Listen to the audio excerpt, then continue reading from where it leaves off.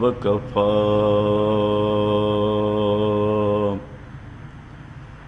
والصلاة والسلام على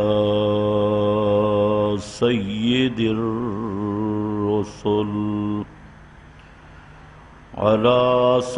الرسل وخاتم الأنبياء. أما بعد فأعوذ بالله من الشيطان الرجيم. بسم الله الرحمن الرحيم.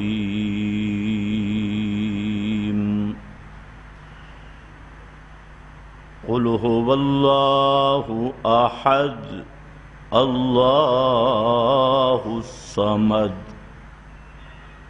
سبحان ربک رب العزت عما یصفون وسلام علی المرسلین والحمد للہ رب العالمین.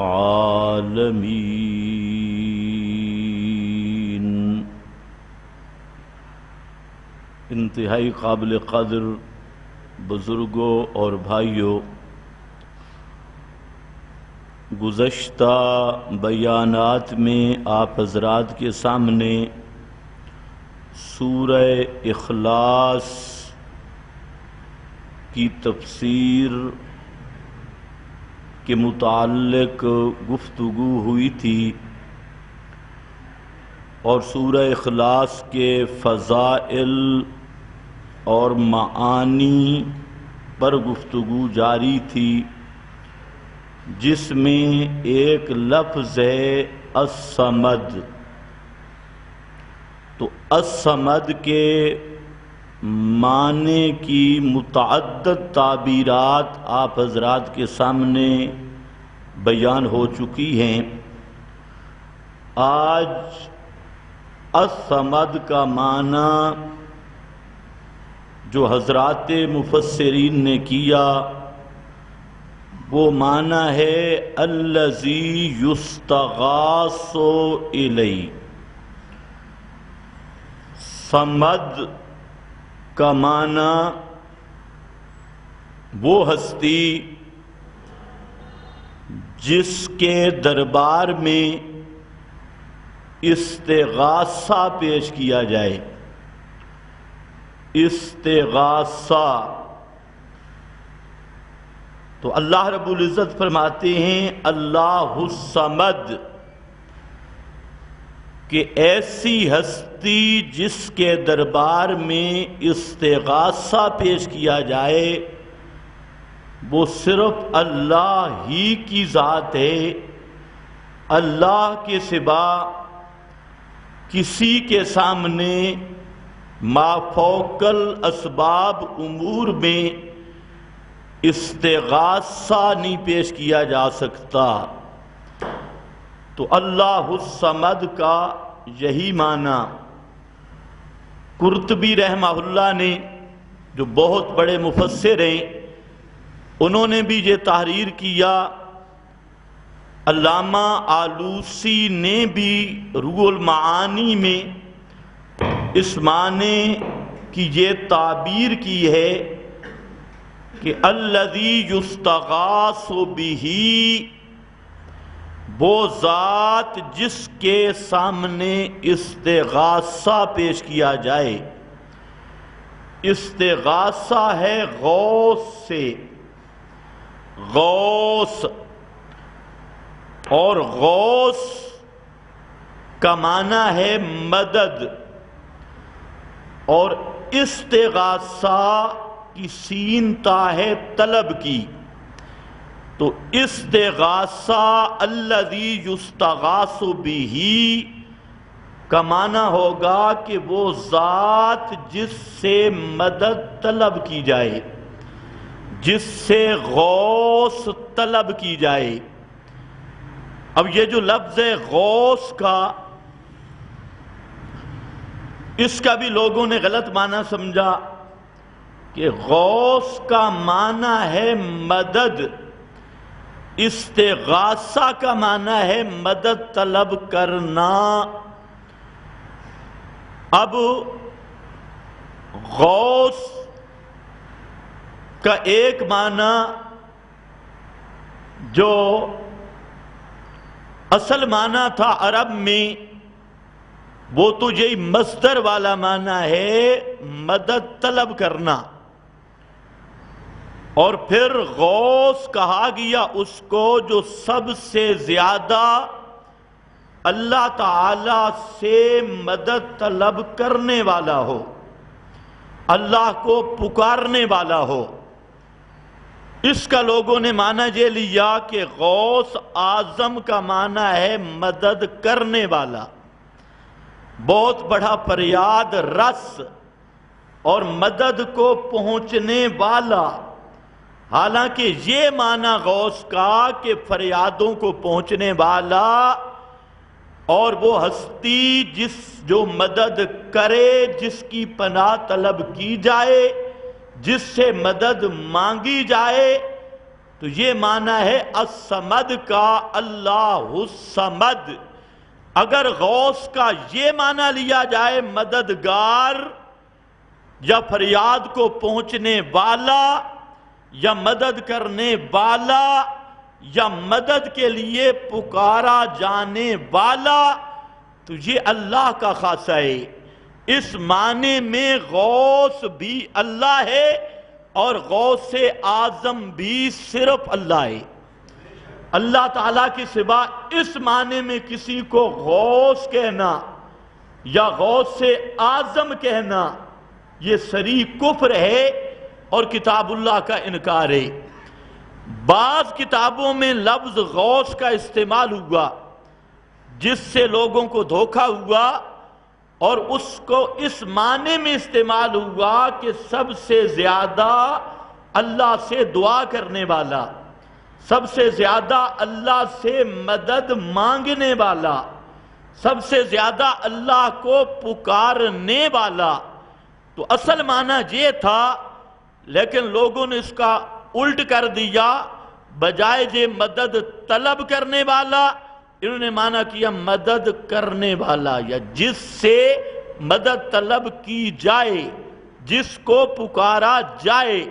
تو اس معنی میں غوث اعظم کا اطلاق انہوں نے کرنا شروع کیا شیخ عبد القادر جیلانی پر، کہ غوث اعظم ہے عبد القادر جیلانی۔ حالانکہ پیر عبد القادر جیلانی رحمت اللہ تعالی علیہ یہ اللہ کے بہت بڑے ولی ہیں، اور ان کی کتابیں اس پر شاہد ہیں کہ اپنی ہر حاجت میں ہر وقت وہ اللہ ہی کو پکارا کرتے تھے۔ اللہ کے سوا شیخ عبد القادر جیلانی نے ساری زندگی کسی غیر اللہ کو نہیں پکارا، حتیٰ کہ المدد یا رسول اللہ بھی نہیں کہا، المدد یا علی بھی نہیں کہا۔ اور پیر عبد القادر جیلانی خود اور اپنے مریدوں کو یہی سبق دیتے تھے کہ پکار کے لائق صرف اللہ ہے، اللہ کے سوا کوئی پکار کے لائق نہیں۔ ان کی اپنی کتاب الفتح الربانی، فتوح الغیب، یہ ان کے ہاتھ کی تحریر کردہ کتابیں ہیں، اور ان میں یہ مسئلہ لکھا ہے شیخ عبد القادر جیلانی رحمت اللہ تعالی علیہ نے فرماتے ہیں کہ لا ترجو احدن سوی اللہ، لا الہ الا اللہ کا معنی دیکھو کر رہے، لا ترجو احدن سوی اللہ، کہ اے میرا مرید اللہ کے سوا کسی سے امید نہ رکھنا، لا ترجو احدن سوی اللہ، لا تخف احدن سوی اللہ، اللہ کے سوا کسی سے ما فوق الاسباب نہیں ڈرنا، لا تخف احدن سوی اللہ۔ آگے جملہ کہتے ہیں وَكِّلِ الْحَوَائِجَ كُلَّهَا إِلَى اللَّهِ، اپنی ساری حاجتیں، اپنی ساری ضرورتیں وَكِّلْ إِلَى اللَّهِ، اللہ کے سپرد کر دے۔ اور یہ عقیدہ رکھ کے ہر حاجت کو پورا کرنے والا صرف اللہ، ہر مشکل کو حل کرنے والا صرف اللہ، یہ وہ آدمی ہے جس کو لوگ کہتے ہیں غوث اعظم۔ اور غوث اعظم کس معنی میں کہتی ہیں کہ یہ ہماری حاجتیں پوری کرنے والا، ہماری مشکلیں حل کرنے والا۔ اور جس کو یہ کہا جاتا ہے وہ کیا کہتا ہے؟ لا ترجو احدا سوی اللہ، اللہ کے سوا کسی سے امید نہ رکھنا، بلا تخف احدا سوی اللہ، اللہ کے سوا کسی سے نہ ڈرنا، وکل الحوائج کلھا الی اللہ، اپنی ساری حاجتیں اللہ کے سپرد کرنا۔ کیوں؟ فرماتی ہیں اس لیے کہ والخلق کلھم فقراء، ساری کی ساری مخلوق اللہ کے دربار کی مانگت اور محتاج ہے۔ یہ تعلیم ہے شیخ عبد القادر جیلانی کی رحمت اللہ تعالی علیہ۔ ان کو لوگ کہتے ہیں یہ مشکل کشائیں، حاجت روائیں، اور یہ غوث اعظم ہیں، اور ان کے ذمہ جھوٹے قصائد لگائے گئے۔ ایک قصیدہ غوثیہ جس میں نرا کفر اور شرک بھرا ہوا، اور یہاں تک آگے چلتے ہوئے بڑے بڑے علماء کی کتابوں میں ایسا خلط ہوا کہ بعض نے لکھ دیا کہ جب کوئی چیز گم ہو جائے، کوئی حاجت پیش آئے تو صلاۃ غوثیہ پڑھو، 2 رکعت نماز پڑھ کے 11 قدم بغداد کی طرف چلو، اور 11 قدم چل کر بغداد کی طرف تو شیخ عبد القادر جیلانی کو پکارو، تمہاری حاجت پوری ہو جائے گی۔ یہاں تک لوگوں نے لکھا، لیکن میں عرض یہ کر رہا ہوں کہ غوث اعظم بمعنی فریاد کو پہنچنے والا، پکاروں کو پہنچنے والا، اور جس سے مدد اور غوث طلب کی جائے یہ صرف اللہ ہے، اللہ کے سوا کوئی غوث اعظم نہیں۔ اور یہ معنی ہے الصمد کا۔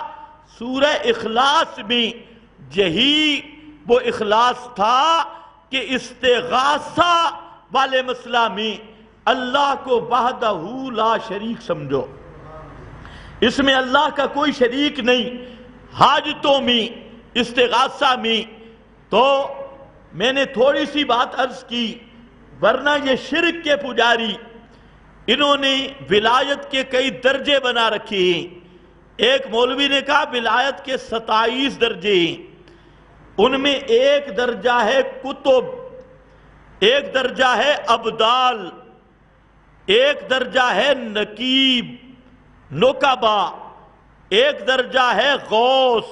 یہ ولایت کے طبقات ہیں۔ پھر آج کل یہ نیٹ پر اور میڈیا پر ایسے مشرک بیان کر رہے ہیں کہ نقیب کس کو کہتی ہیں، کتب کس کو کہتی ہیں۔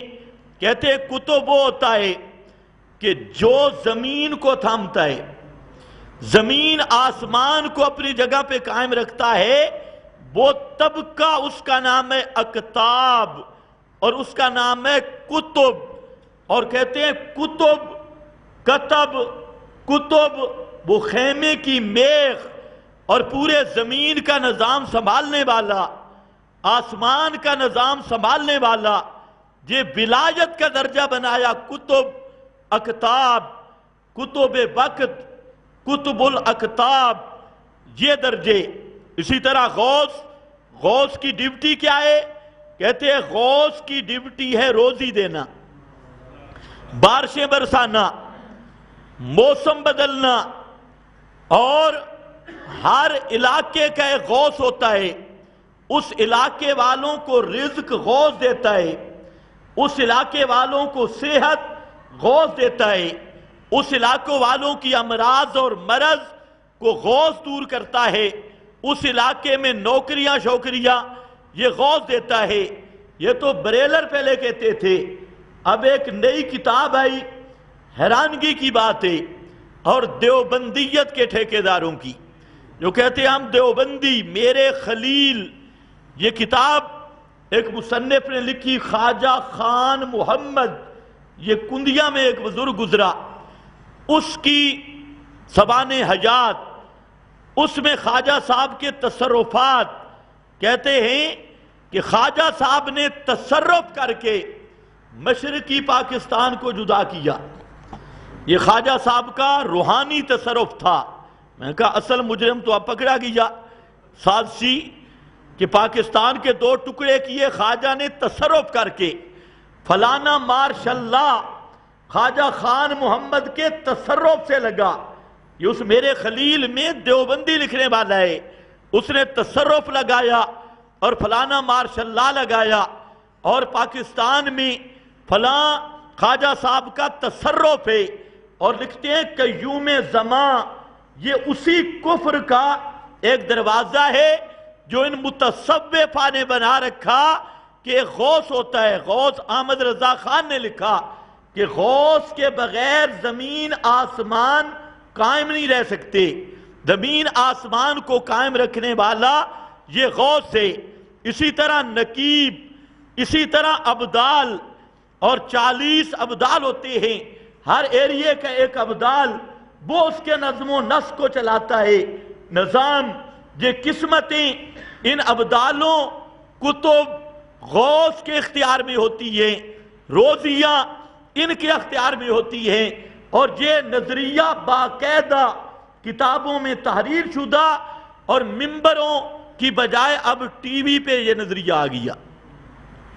جو ایک کوکب نورانی دجال اعظم کراچی کا، نرا ابو جہل، تو اس نے یہی بات کی کہ کتب وہ ہے جو میخیں ٹھوکے اور جو زمین آسمان کے نظام کو چلائے۔ یہ غوث، وہ غوث بھی بارشیں برسانے والا اور یہ نظام عالم کو چلانے والا۔ یہ کتب، ابدال اور نقیب، یہ 3 درجے، ابھی 27 درجے اور ہیں، 27 نہ 24 درجے اور 24 درجے ہیں۔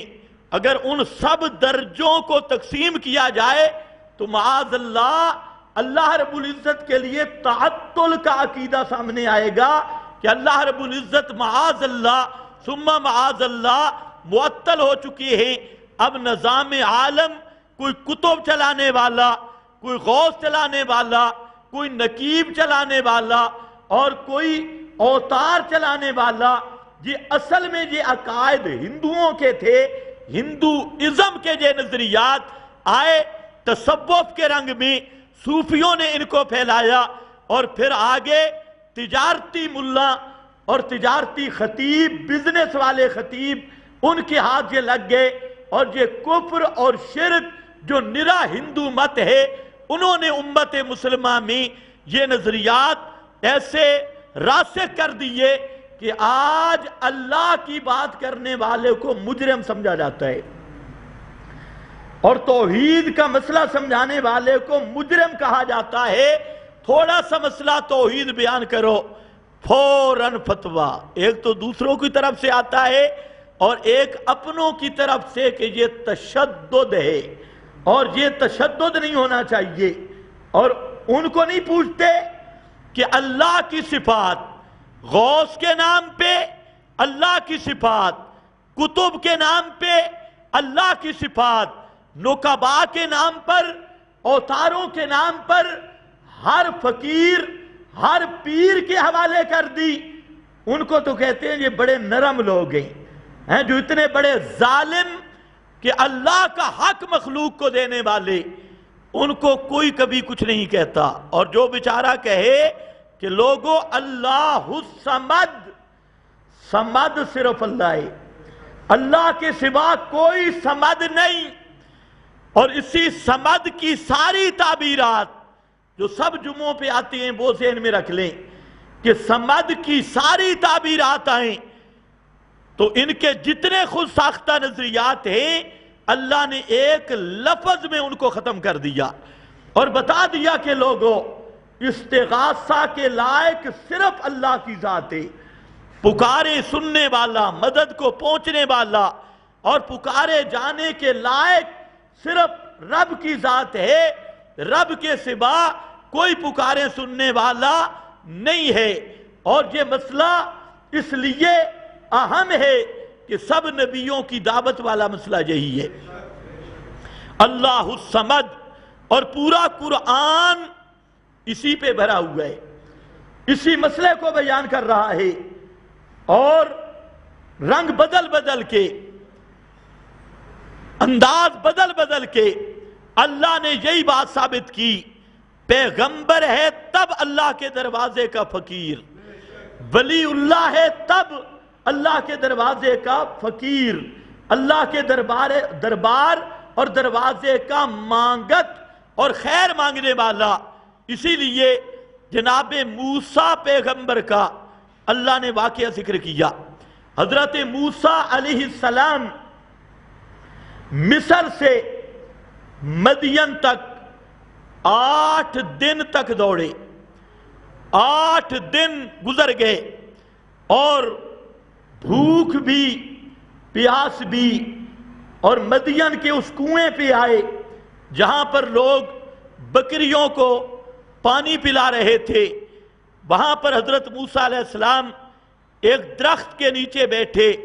حضرت موسیٰ نے دیکھا کہ سارے چروائے یہ اس کنویں سے پانی بھر بھر کے اپنی بکریوں کو پلا رہے ہیں، لیکن 2 معصوم شہزادیاں، بچیاں، وہ اپنی بکریوں کو دور روک کے کھڑی ہیں، وہ اس کنویں پہ نہیں آ رہی، اور بکریوں کو قابو کر کے کنویں سے دور کھڑی ہے۔ حضرت موسیٰ علیہ السلام تھوڑا سا دیکھتے رہے کہ یہ معاملہ کیا ہے، یہ کیوں کنویں کی طرف نہیں آ رہی؟ باقی سارے چروائے کنویں سے پانی بھر رہے ہیں، یہ واقعہ قرآن پاک نے ذکر کیا۔ خیر، حضرت موسیٰ علیہ السلام نے تھوڑی دیر انتظار کرنے کے بعد ان سے پوچھا، ما خطبکما، کیا مسئلہ ہے تمہارا؟ تو انہوں نے کہا کہ ہمارا باپ بہت بوڑھا ہے، اور ہم جہاں پر پانی پلانے آئی ہیں تو یہ سارے غیر محرم جوان مرد یہ ہیں، تو ہماری عادت یہ ہے یہ جب پانی پلا کے چلے جائیں گے تو ہم اپنی بکریوں کو پانی پلائیں گی، اس لیے ہم اس اختلاط میں نہیں آنا چاہتی۔ آخر پیغمبر کی بیٹیاں تھیں، حضرت شعیب علیہ السلام، ان کی بیٹیاں۔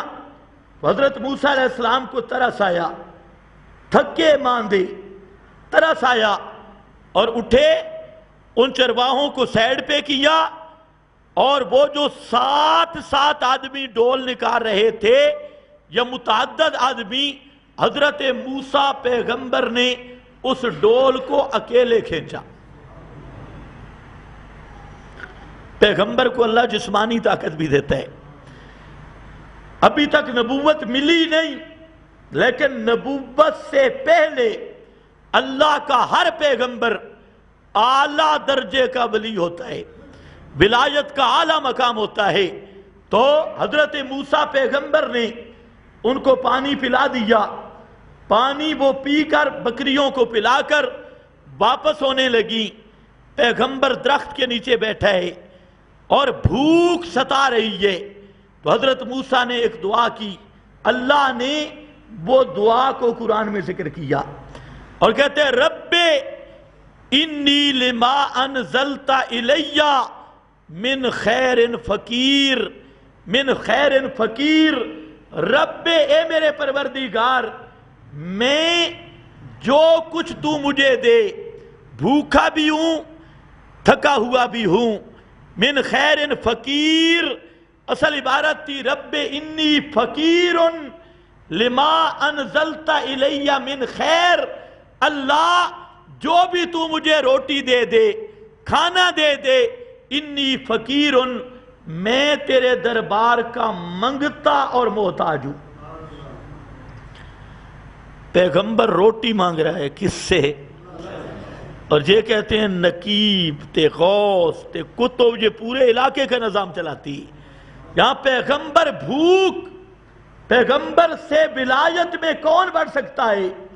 حضرت موسیٰ کلیم اللہ، اور بیٹھے ہیں روٹی مانگتے ہیں، روٹی، کہ یا اللہ مجھے بھوک لگی ہے، انی فقیر، میں تیرے دربار کا فقیر ہوں اور میں تجھ سے مانگتا ہوں میں تیرے دروازے کا محتاج ہوں، لما انزلت الیہ من خیرن، جو بھی تو مجھے عطا کر دے، کھانے کے لیے کوئی خیر عطا کر دے۔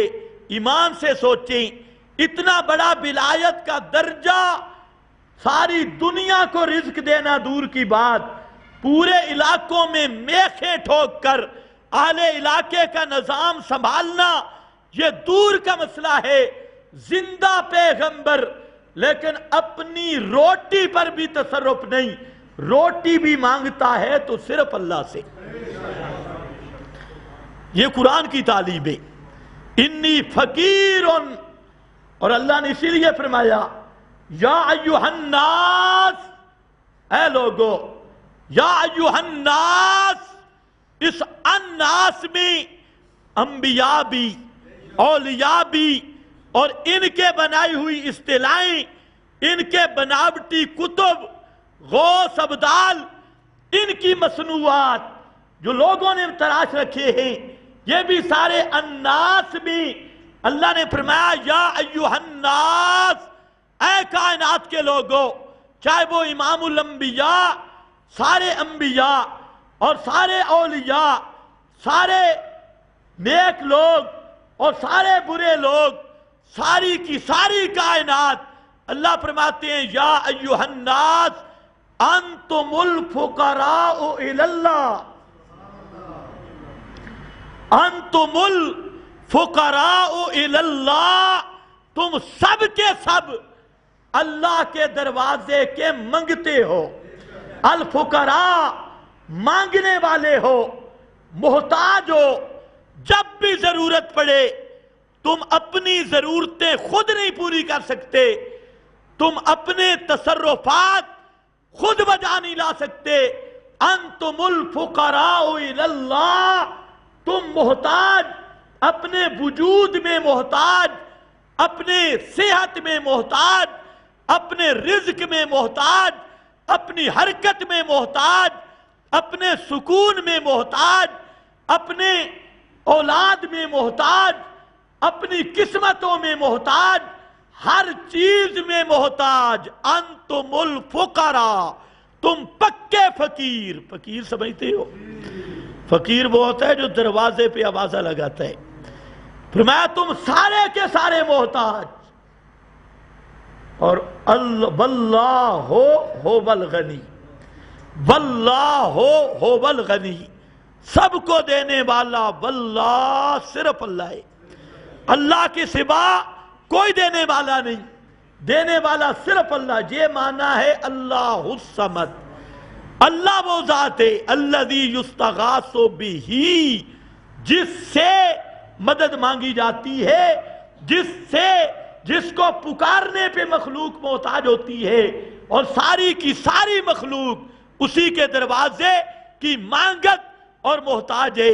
جہاں اس مقام پہ قرآن کریم نے یہ درس دیا، ایک دوسرا مقام ہے، اللہ رب العزت فرماتے ہیں زندہ پیغمبر امام الانبیاء حضرت محمد مصطفیٰ صلی اللہ علیہ وسلم زندہ موجود تھے۔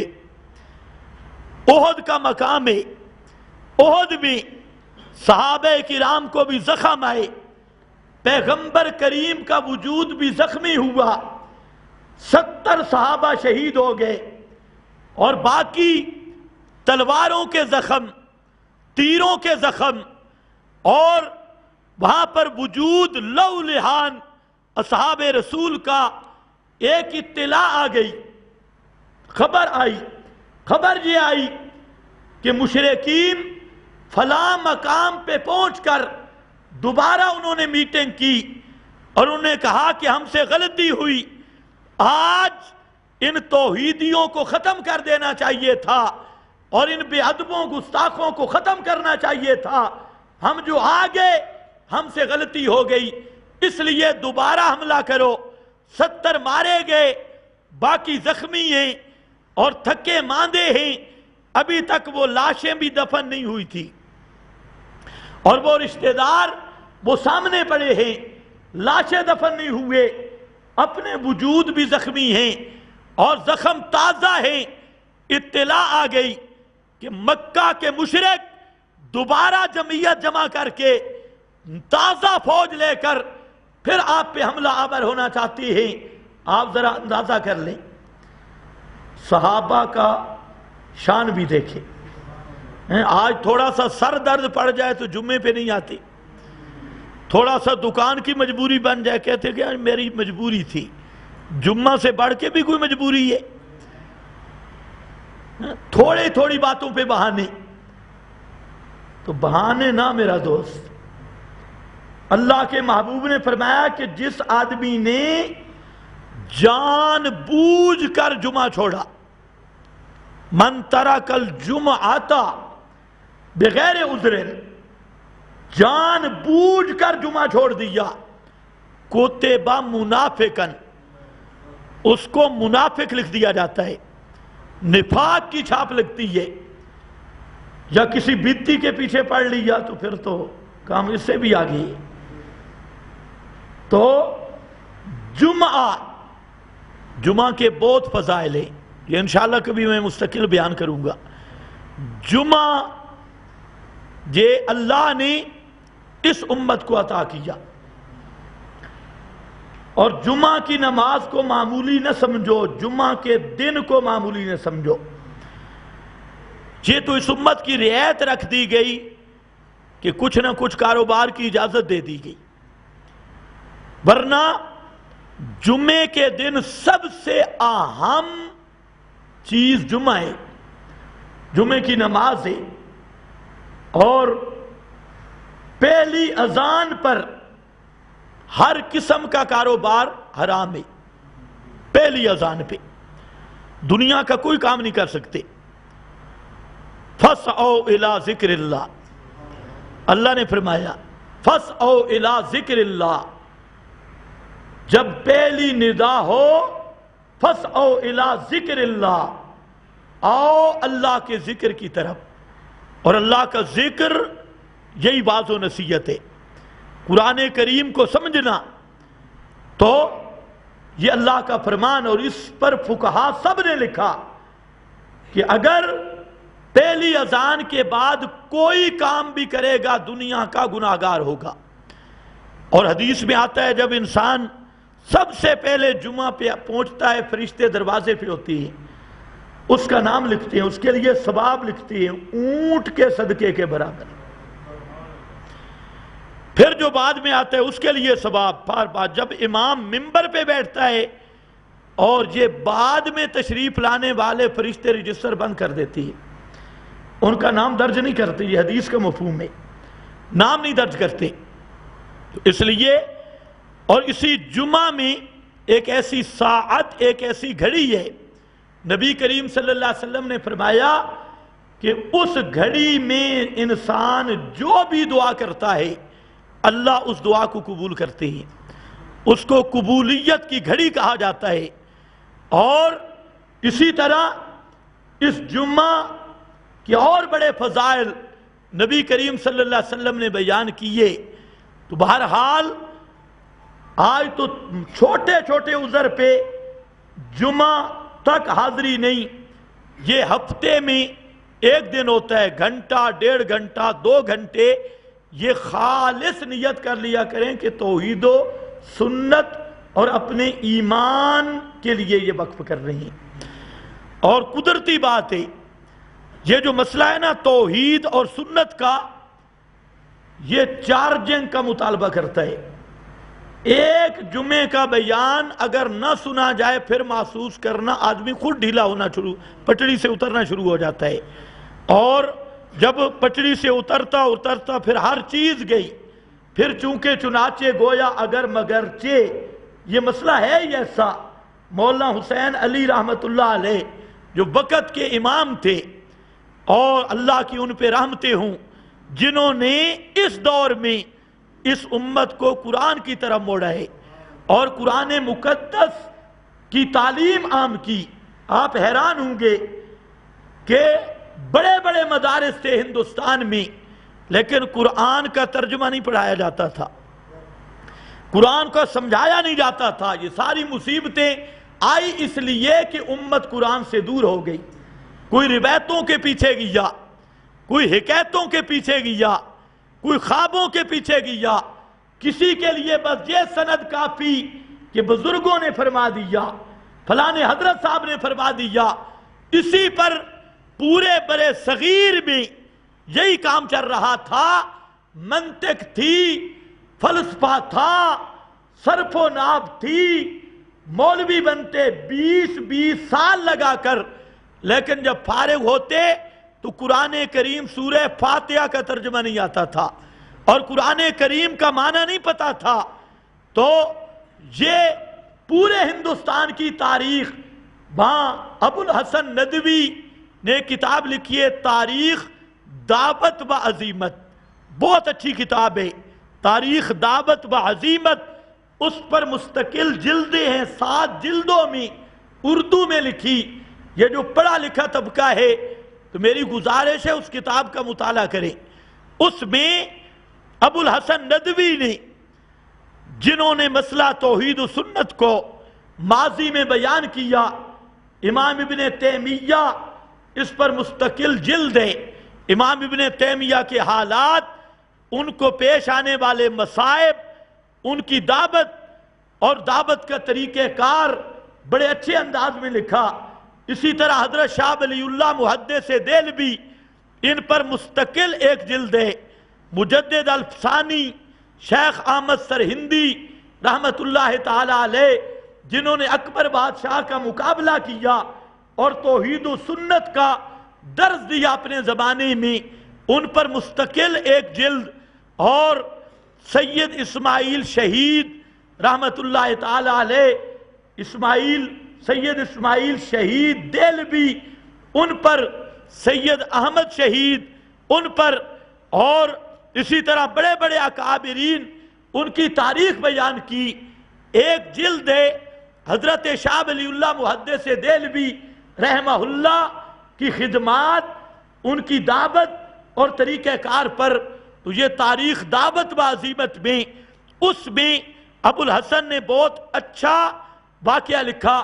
اسی طرح تاریخ فرشتہ، اس میں بھی اچھا واقعات لکھے ہندوستان کی تاریخ کے۔ تو اس تاریخ میں اس نے لکھا کہ دینی مدارس میں، ہندوستان کے مدارس میں قرآن بھی نہیں تھا اور سیاہ ستہ بھی نہیں تھی۔ آپ خود اندازہ کر لیں، بخاری، مسلم، ابو داؤد، ترمذی، ابن ماجہ، نسائی، یہ نصاب میں داخل نہیں تھی۔ ایک کتاب تھی مشارق الانوار، حدیث کے نام پہ وہ موجود ہے، اتنی موٹی کتاب، اس میں کوئی ضعیف روایتیں، کوئی موضوع روایتیں، کوئی گپوٹیشن، بس جس کو وہ پڑھ لیتا وہ محدث اعظم سمجھا جاتا تھا۔ یہ علامہ ہے، یہ مفتی ہے، یہ بزرگ ہیں، اور قرآن کا ترجمہ کرنا یہ جرم تھا۔ اللہ کی رحمت و خاندان ولی اللہ پہ سب سے پہلے ترجمہ حضرت شاہ ولی اللہ رحمہ اللہ نے فارسی میں کیا، اس کا نام رکھا فتح الرحمن، فتح الرحمن، ترجمہ فارسی میں۔ اس کے بعد حضرت شاہ ولی اللہ کا فرزند شاہ عبد القادر محدث دہلوی رحمت اللہ تعالی علیہ 1 سال تک اعتکاف بیٹھے، 10 دن نہیں، پورا سال مسجد میں۔ اور بیٹھے کیوں؟ ترجمہ لکھنے کے لیے۔ قرآن پاک کا ترجمہ 1 سال میں لکھا، مسجد میں اعتکاف کی حالت میں، اور اپنے آپ کو پابند کیا کہ دنیا کا کوئی کام نہیں کروں گا، صرف قرآن کریم کا ترجمہ کروں گا۔ وہ شاہ عبد القادر محدث دہلوی ابھی دیوبند بھی نہیں بنا تھا، بریلی بھی، احمد رضا کا دادا بھی پیدا نہیں ہوا تھا۔ اس وقت شاہ عبد القادر محدث دہلوی نے قرآن کریم کا ترجمہ کیا، لیکن ابھی تک قرآن کا ترجمہ کتابوں میں تھا۔ اور پھر اکابرین دیوبند میں حضرت مولانا مظہر نانوتوی، حضرت مولانا رشید احمد صاحب گنگوئی، ان پہ خدا کی رحمت ہو، انہوں نے طالب علموں کو قرآن پڑھانا شروع کیا۔ یہ برے صغیر کی تاریخ ہے، اس سے پہلے طالب علموں کو قرآن کوئی نہیں پڑھاتا تھا۔ قرآن پاک کا ترجمہ پڑھانا شروع کیا، اور ان میں ایک طالب علم تھے حسین علی، وہاں بھچرا کے۔ انہوں نے جا کے ان سے پڑھا قرآن کریم پورا سال، اور مولانا حسین علی پہلا وہ شخص ہے جس نے قرآن کو منبر پہ بیان کرنا شروع کیا۔ یہ کام حضرت گنگوئی سے بھی نہیں ہوا، نانوتوی سے بھی نہیں ہوا، یہ کام مولانا حسین علی رحمت اللہ علیہ نے منبر پہ قرآن کو لے آئے اور منبر پہ قرآن بیان کیا، اور دور تفسیر کے عنوان پہ ایسی جماعت تیار کر دی کہ جو طالب علموں کو مستقل قرآن پڑھائیں۔ حضرت مولانا حسین علی رحمت اللہ علیہ جنگل میں بیٹھ کے، اس دور میں ہم جب پہلی دفعہ وہاں بھچرا کے اس مقام پہ پہنچے تو وہاں جنگلی خرگوش پھر رہے تھے، یعنی آپ اندازہ کریں ایسے ویرانے میں اس وقت بیٹھ کے قرآن کریم کی تعلیم دی اور قرآن کریم کا درس دیا، اور اس شخص کا وہ اخلاص تھا۔ آج قرآن مقدس کی تعلیم پوری دنیا پہ پہنچ رہی ہے۔ یہ فیض پنج پیر ہو تب، رحیم یار خان ہو تب، بڑے بڑے مدارس میں اس قرآن کریم کو مستقل پڑھایا جا رہا ہے اور معنی مفہوم اس کا سمجھایا جا رہا ہے، تو یہ اس شخص کا کمال تھا۔ تو اس لیے میں نے کہا مولانا حسین علی رحمت اللہ تعالی علیہ وہ اس قرآن، اس دور میں قرآن کو لوگوں کے سامنے لے آنے والے اور قرآن کا معنی مفہوم بتلانے والے، اس لحاظ سے وہ مجدد فی التفسیر ہے۔ اور ان کے آگے شاگرد تلامذہ جنہوں نے کام کیا، شیخ القرآن مولانا محمد طاہر پنج پیر والے، شیخ القرآن مولانا غلام اللہ خان رحمت اللہ علیہ، اسی طرح پیر طریقت سید عنایت اللہ شاہ صاحب بخاری رحمت اللہ تعالی علیہ، شمس المحدثین قاضی شمس الدین رحمت اللہ تعالی علیہ، اور حضرت کے شاگرد اور امام المفسرین حضرت مولانا عبد الرؤوف صاحب بھوچال والے، یہ ایک شاگرد تھے جنہوں نے پوری دنیا پہ یہ قرآن پاک کا پیغام عام کیا، اور ہم دعا کرتے ہیں اب بھی جن کی نسبت اشاعت التوحید کے ساتھ ہے، اللہ ان کو بھی قرآن کریم بیان کرنے کی توفیق عطا کر دے۔ آج ضرورت ہے اس چیز کی کہ قرآن کو اس نیج پہ بیان کیا جائے جس نیج سے ہم تک پہنچا ہے۔ مسئلے میں کوئی مصالحت نہ ہو، مفاد نہ ہو، مسئلہ جیسے کھرا ہے اس کا بیان بھی کھرا ہو۔ بہت اچھا کام ہوا، اب کچھ لوگ ایسے پیدا ہو گئے اور ہو جاتے ہیں، جب عرصہ گزرتا ہے تو ایسے لوگ پیدا ہو جاتے ہیں جو مسئلے سے غدار بنتے ہیں، لیکن اللہ خود اس مسئلے کی حفاظت کرے گا، اور یہ مسئلہ چلے گا، پہلے بھی چلتا رہا پھر بھی چلے گا۔ تو مولانا حسین علی رحمت اللہ علیہ فرماتے تھے کہ یہ مسئلہ ایسا ہے کہ اگر میرے پاس طالب علم نہ ہوں، میں اکیلے کمرے میں بیٹھ کے اپنے آپ کو سمجھاتا ہوں، قرآن سمجھاتا ہوں۔ تو میں عرض یہ کر رہا تھا کہ جتنے تک قرآن کے ساتھ جڑے رہو گے، اس کا ترجمہ پڑھو گے، بیان سنو گے، جو بھی بیان سنو گے، مسئلہ اور زیادہ تازہ ہوگا، ایمان اور زیادہ تازہ ہوگا۔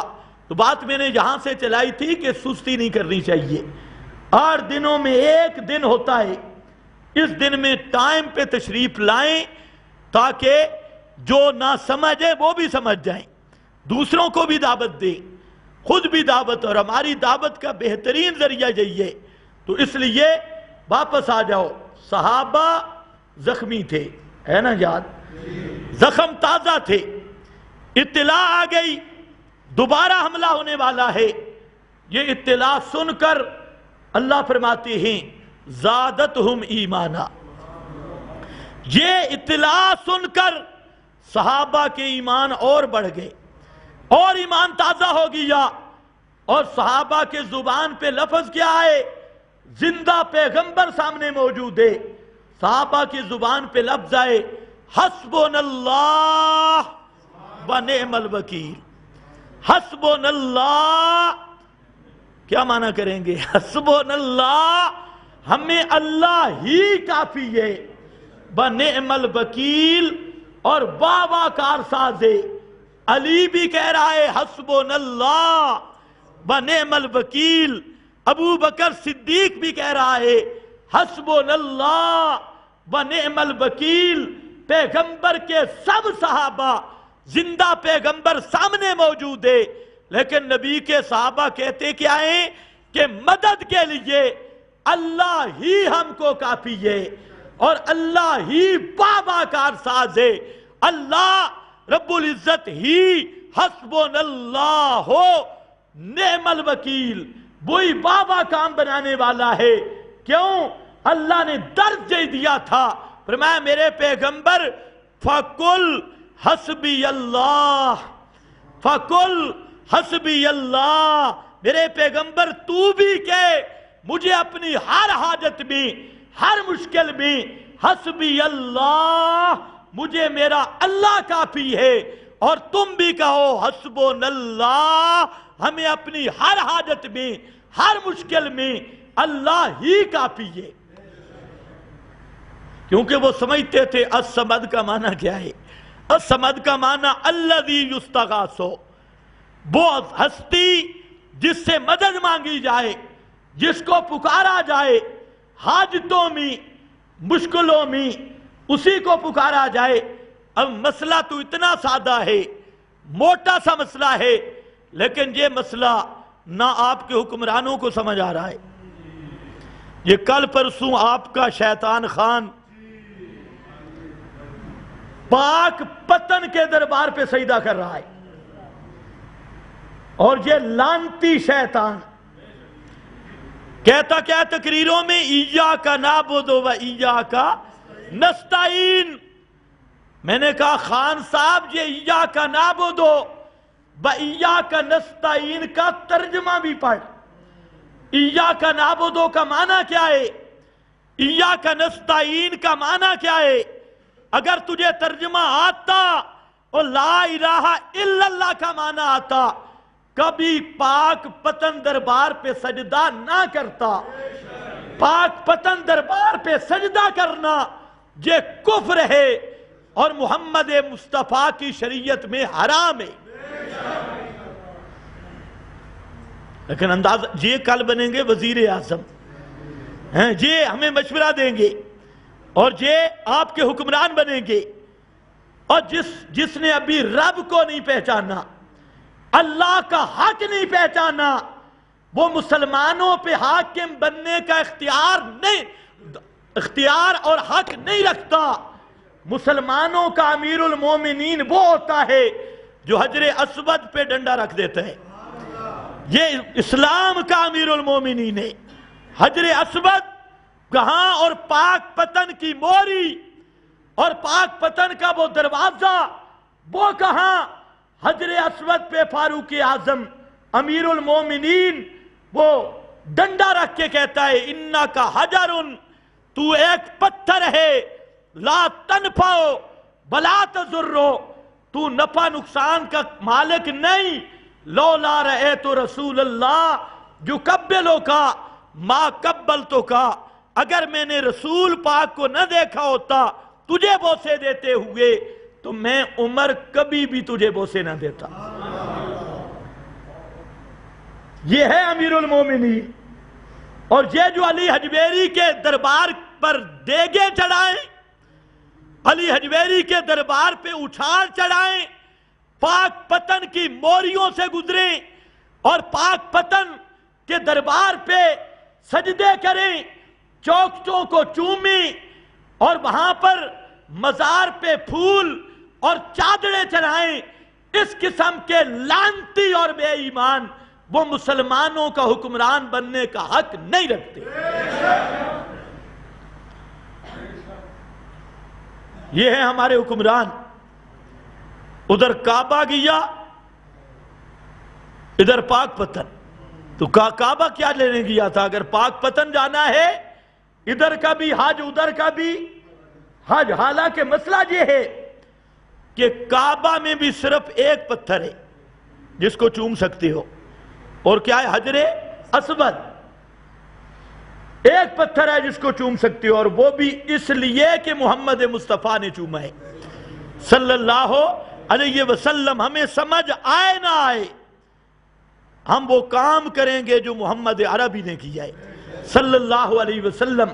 آپ نے چوما، کعبہ کی دیواروں کو بھی نہیں چوم سکتے، کعبہ کے پتھروں کو بھی نہیں چوم سکتے، روزہ کی جالی کو بھی نہیں چوم سکتے، محمد مصطفیٰ کی قبر پہ بھی سجدہ نہیں کر سکتے، نہیں جھک سکتے۔ جب محمد عربی کی قبر پہ سجدہ جائز نہیں، تو پاک پتن والے بابے کی قبر پہ سجدہ کرنا، وہاں پر پھول چڑھانا، وہاں پر چادریں چڑھانا، اور وہاں اس سے یوں کر کے مانگنا، اگر یہ بدماشی اور کفر نہیں تو دنیا میں پھر کوئی کفر نہیں ہے۔ صحابی نے پوچھا ہے رسول اللہ صلی اللہ علیہ وسلم سے، اب یہ ہیں آپ کے لیڈر، تو جب لیڈر اس طرح بے ایمان ہوں گے تو دوسروں کا کیا حال ہوگا؟ یہ تو لیڈروں کا حال ہے، یہ آپ کے نمائندے ہیں، لیڈر ہیں، اور جمہوریت کے طاغوت کے پجاری، ایمان کی رتی بھی نہیں۔ اور یہ یاد رکھو، صرف عمران خان نہیں، فضل الرحمان اس سے بڑا بے ایمان ہے، سراج الحق اس سے بڑا شیطان ہے۔ یہ جتنے طاغوت کے پجاری، شیطان کے پجاری، نظام محمدی کے مقابل ایک نئے نظام کے پجاری، چاہے وہ گنجا شریف ہو یا یہ ننگا شریف ہو، یہ ایک دوسرے سے بڑھ کے بدماش ہے۔ خیر بہرحال، کوئی داڑھی رکھا کر بدماشی کر رہا ہے اور کوئی کلین شیف کر کے بدماشی کر رہا ہے، ایک درجے کے بدماش ہے، یہ بات ذہن میں رکھ لو۔ ہاں، کسی کو خیال ہو بھئی وہاں مولوی کھڑے ہیں، مولوی اگر کفر کو کندھا دے تو مولوی سے بڑا بے ایمان بھی کوئی نہیں۔ ہاں، تو خیر بہرحال صحابی رسول اللہ صلی اللہ علیہ وسلم کے سامنے آ کے مسند احمد عرض کرتا ہے، اللہ کے محبوب، ہم نے دیکھا کہ لوگ اپنے بڑوں کو سجدہ کرتے ہیں، ہمارا دل کرتا ہے کہ ہم آپ کو سجدہ کریں۔ اب یہ صحابی سجدہ عبادت نہیں کرنا چاہتا تھا، وہ لا الہ الا اللہ کی رمز سمجھے ہوئے تھا۔ یہ کیا تھا؟ سلامی کے طور پہ، تعظیم کے طور پہ سجدہ۔ آپ کا سجدہ نبی کریم صلی اللہ علیہ وسلم نے فرمایا بڑے آسان لفظوں میں، فرمایا مجھے یہ بتا، لو مررت بقبری، آج تو کہتا ہے میں تیرا سجدہ کرتا ہوں، اگر کل تیرا گزر ہو میری قبر سے، میں فوت ہو جاؤں اور میری قبر سے تیرا گزر ہو، پھر فقال لا، صحابی نے کہا یا رسول اللہ میں قبر کو تو سجدہ نہیں کروں گا۔ آپ نے فرمایا پھر فاسجد للہ، سجدہ کر اس اللہ کو جو مرنے سے پاک ہے، جس پہ کبھی موت نہیں آتی۔ یہاں تو امام کائنات کی بات ہے، رسول اللہ صلی اللہ علیہ وسلم وہ فرماتے ہیں اور تعلیم دے رہے ہیں کہ میں محمد مصطفیٰ کی قبر کو بھی سجدہ کرنا جائز نہیں، اور صحابہ کو یہ تعلیم دی۔ اور دوسری حدیث میں آیا، امام کائنات نے فرمایا اگر سجدہ مخلوق کے لیے جائز ہوتا لَأَمَرْتُ النِّسَاءَ، میں عورتوں کو حکم دیتا کہ وہ اپنے خامدوں کو سجدہ کریں۔ اگر مخلوق کے لیے سجدہ جائز ہوتا تو عورتوں کو حکم دیتا اپنے خامدوں کو سجدہ کریں، لیکن سجدہ کسی مخلوق کو بھی جائز نہیں۔ اور خود قرآن کریم نے ذکر کیا، سورہ جن ہے، فرمایا ان المساجد للہ، ان المساجد للہ، المساجد کے 4 معنی ہیں۔ ایک معنی سجدہ کی جمع منتہى الجموع، فرمایا سب کے سب سجدے، چاہے عبادت کے سجدے ہوں چاہے تعظیم کے سجدے ہوں، سجدے سب کے سب للہ، صرف اللہ کے لیے ہے، اللہ کے سوا کسی چیز کا سجدہ نہیں۔ یہ قرآن مقدس کا حکم ہے۔ میں نے کہا اس عمران خان سے تو وہ ہدہد پرندہ بھی بہتر رہ گیا۔ وہ ہدہد پرندہ، اس نے جب دیکھا ملکہ بلقیس اور اس کی عوام اس کو سجدہ کر رہی ہے، سورج کو سجدہ کر رہی ہے، غیر اللہ کو سجدہ کر رہی ہے، تو اس نے ایک جملہ کہا، جل کے کہا، کہتے اللہ یسجدو للہ، اللہ یسجدو للہ۔ کیا ہو گیا ان لوگوں کو کہ یہ صرف اللہ کو سجدہ کیوں نہیں کرتے، غیروں کو سجدہ کیوں کرتے ہیں؟ او ہدہد بھی اس خان سے اچھا رہ گیا۔ اس گدھے کو یہ بھی معلوم نہیں کہ قبر پہ جا کے سجدہ، اب تعویل کیا کر رہا ہے؟ نہیں، میں سجدہ نہیں کر رہا تھا، میں ادب کر رہا تھا، تعظیم کر رہا تھا۔ اور کبھی تو آ علماء کے ساتھ بیٹھ، مولوی بھی تو نے ایسے رکھے مفتی سعید جیسے ہیں جو اندر سے بھی بے ایمان، باہر سے بھی بے ایمان، جس کو خود قرآن کے ساتھ تعلق نہیں۔ ورنہ کسی عالم کی مجلس میں بیٹھتا تجھے پتا چلتا کہ قبر کی طرح منہ کر کے دعا کرنا بھی جائز نہیں۔ سارے فقہا نے لکھا ہے، امام احمد بن حنبل، امام شافعی، امام مالک، امام ابو حنیفہ، چاروں کے چاروں امام یہ مسئلہ لکھ گئے کہ اللہ کے محبوب کی قبر پہ جا کے وہاں پر بھی جب دعا کرو گے تو رسول انور کی قبر کی طرح منہ نہیں کرنا، منہ کعبۃ اللہ کی طرف کرنا ہے۔ اور کعبہ کی طرف جب منہ ہو تو روزہ کی طرف پیٹھ ہوتی ہے، کعبہ کی طرف منہ، روزہ کی طرف پیٹھ، کنڈ کر کے چاروں امام، امام احمد بھی، امام شافعی بھی، امام مالک بھی، امام ابو حنیفہ بھی، چاروں امام کہتے ہیں جب دعا مانگنے لگو تو رسول اللہ صلی اللہ علیہ وسلم کی طرف منہ کر کے دعا نہیں مانگنی، کعبہ کی طرح منہ کر کے دعا مانگنی ہے۔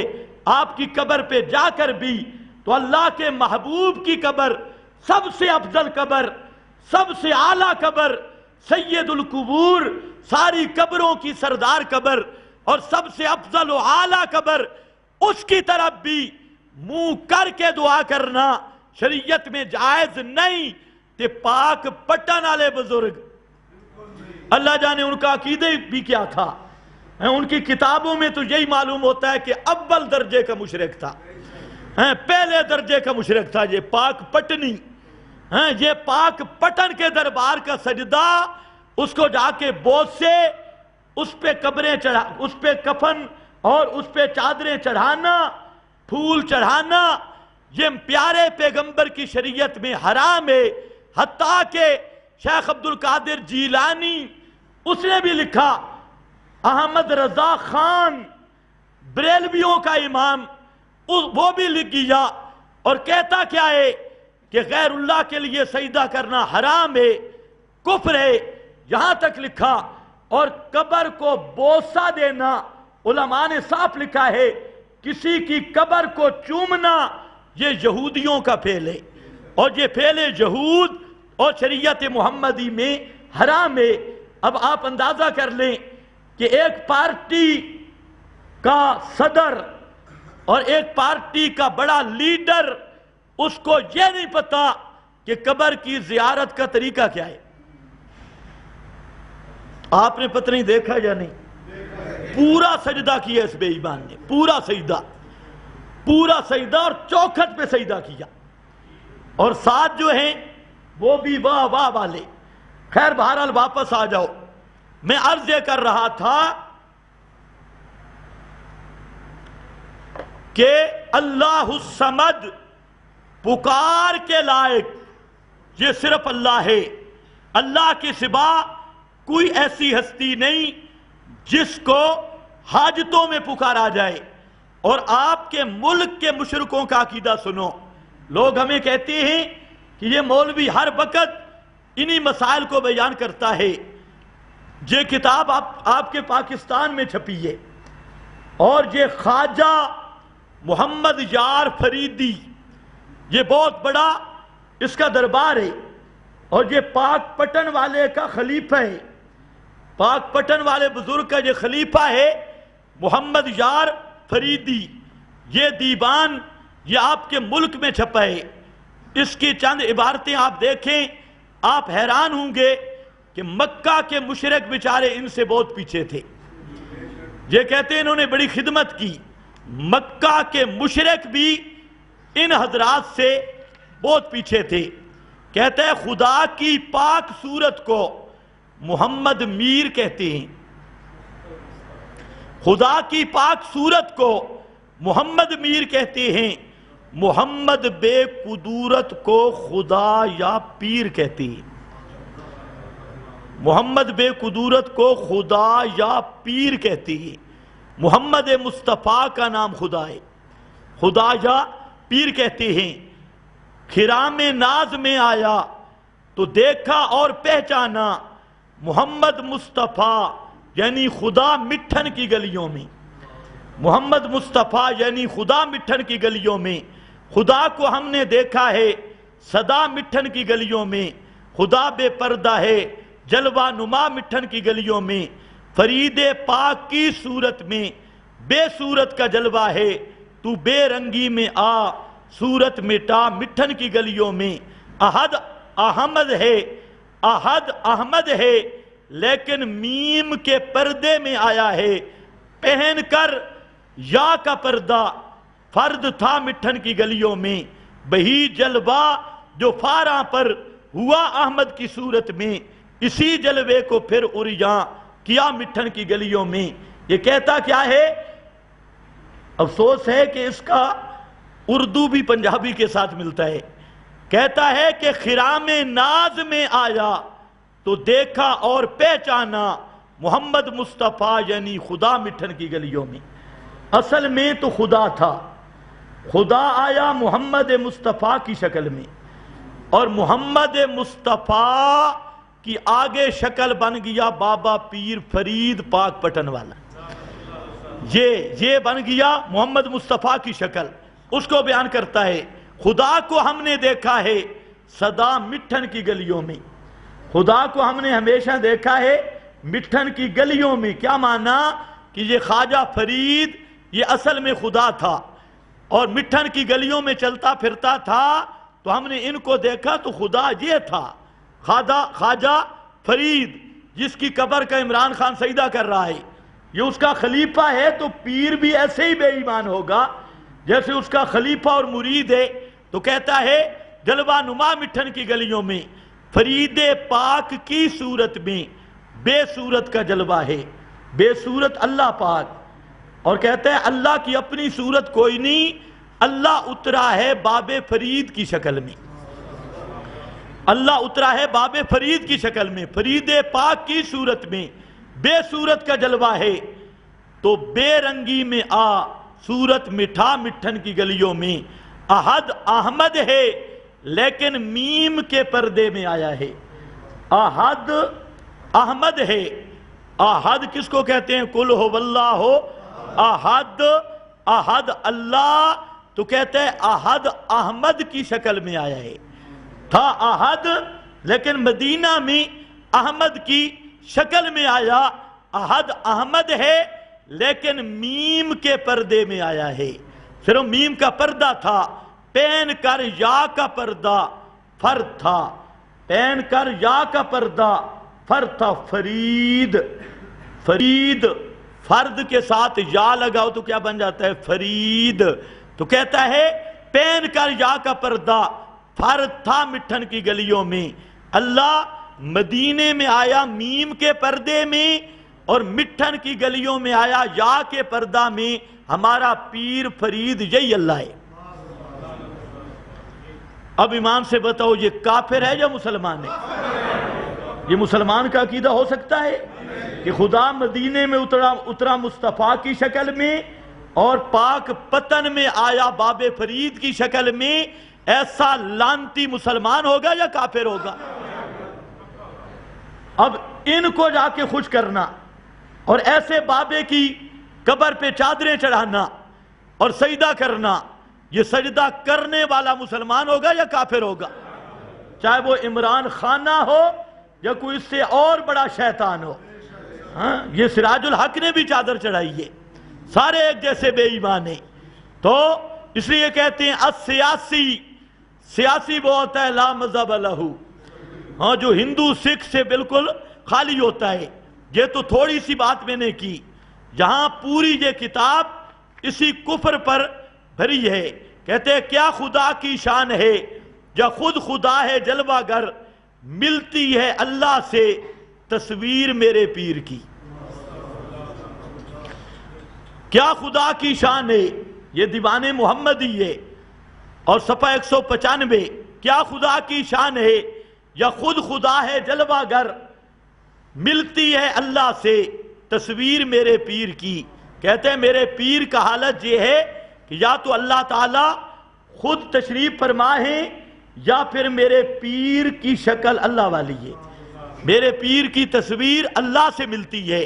اور صفحہ 197 پہ لکھتا ہے فرید پاک محشر میں مسیحا بن کے نکلیں گے، مریضان محبت کا مداوا بن کے نکلیں گے، بجا کر عشق کا ڈنکا سرے محشر باذن اللہ، سرے عشاق پر بے شک شہنشاہ بن کے نکلیں گے۔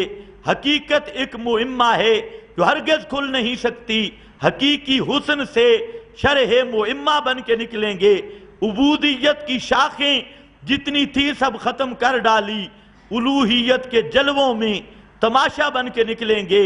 پہن کر یا کا پردہ خود فرید وقت بن بیٹھے، اٹھا کر پردہ یا فرد یکتا بن کے نکلیں گے۔ محمد کے تصور میں محمد بن کے نکلیں گے، غلامان محمد کے وہ مولا بن کے نکلیں گے۔ کہتا یہ ہے کہ بابا فرید وہ دنیا میں رہا، عبدیت کے جتنے درجے تھے وہ ختم ہو گئے، عبودیت کی شاخیں جتنی تھی سب ختم کر ڈالی، الوہیت کے جلووں کا تماشا بن کے نکلیں گے کہ بابا فرید قیامت کے دن الوہیت کے جلووں میں نکلے گا، عبدیت کا مقام ختم ہو گیا۔ بالفاظ دیگر بابا فرید قیامت کے دن الہ بن کے نکلے گا، الوہیت کا دعویٰ کر کے، اور کہے گا میں الہ ہوں۔ یہ ہے وہ پاک پتن والا بابا اور یہ اس کے خلفاء جو نعرے لگا رہے تھے۔ بہر صورت بہر مورت خدا معلوم ہوتا ہے، خدا کہتی ہیں جس کو مصطفیٰ معلوم ہوتا ہے۔ بہر صورت بہر مورت خدا معلوم ہوتا ہے، خدا کہتی ہیں جس کو مصطفیٰ معلوم ہوتا ہے، جسے کہتی ہیں بندہ خود خدا معلوم ہوتا ہے۔ محمد سے جدا ہو کر خدا کی جستجو والا، خدا کو چھوڑ کر اہل ہوا معلوم ہوتا ہے۔ تو جہاں اس نے کیا کہا کہ جس کو خدا کہتی ہیں جس کو مصطفیٰ معلوم ہوتا ہے، جس کو خدا اور اللہ کہتی ہیں وہ محمد مصطفیٰ ہے، اور جو محمد مصطفیٰ ہیں وہ اللہ ہی ہیں۔ کھلے جلوے ہیں اس در پر فقط اللہ اکبر کے، ہمیں سجدے روا ہیں خواجہ اجمیر کے در کے۔ ہم تو خواجہ اجمیر کے در کے سجدے کریں گے۔ یہ پورا کفر اور شرک، یہ آخری سن لو تاکہ آپ کو پتہ لگے کہ پاکستان کا مشرک ہے کس درجے کا۔ ہمارا ایسا دماغ خراب نہیں، یہ عقیدہ آپ کے لیڈروں کا، یہ عقیدہ میڈیا پر، ٹی وی پر، ان کی تعریفیں بازاروں میں ہر جگہ پہ۔ اور حقیقت کیا ہے؟ یہ صفحہ ہے میرے پاس 209، اس میں کہتا ہے محمد مصطفیٰ محشر میں طٰہٰ بن کے نکلیں گے، اٹھا کر میم کا پردہ حویدہ بن کے نکلیں گے۔ حقیقت جن کی مشکل تھی تماشا بن کے نکلیں گے، جسے کہتے ہیں بندہ قل ہو اللہ بن کے نکلیں گے، جسے کہتی ہیں بندہ قل ہو اللہ بن کے نکلیں گے۔ جن کو بندہ کہا جاتا ہے محمد الرسول اللہ کو، قیامت کے دن وہ قل ہو اللہ بن کے نکلیں گے۔ قل ہو اللہ ہو احد، آگے بجاتے تھے جو انی عبدہو کی بانسری ہر دم، خدا کے عرش پر انی ان اللہ بن کے نکلیں گے۔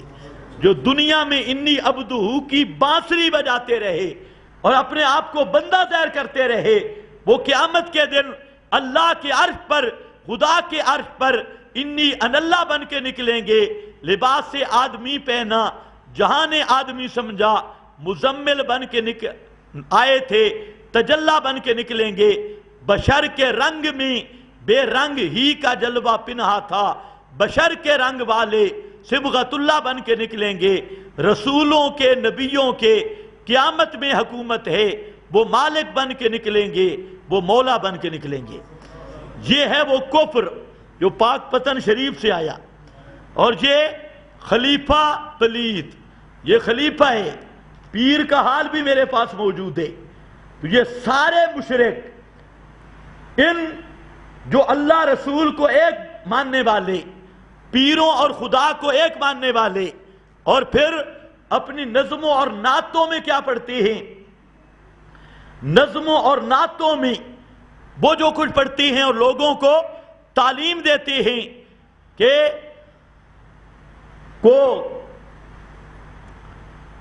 کوٹ یہ پاک پتن مدینہ دسے تے کوٹ مٹھن بیت اللہ، پاک پتن مدینہ دسے تے کوٹ مٹھن بیت اللہ، ظاہر دے وچ پیر فریدن تے باطن دے وچ اللہ۔ کہتا ہے کہ یہ پاک پتن، یہ مدینہ، یہ مدینے جیسا ہے۔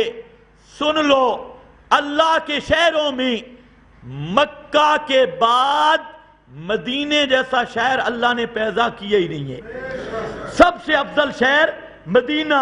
اور جو دجال پاک پتن کو مدینہ کہے اور مدینے سے تشبیہ دے، وہ بہت بڑا کذاب اور بے ایمان ہو سکتا ہے۔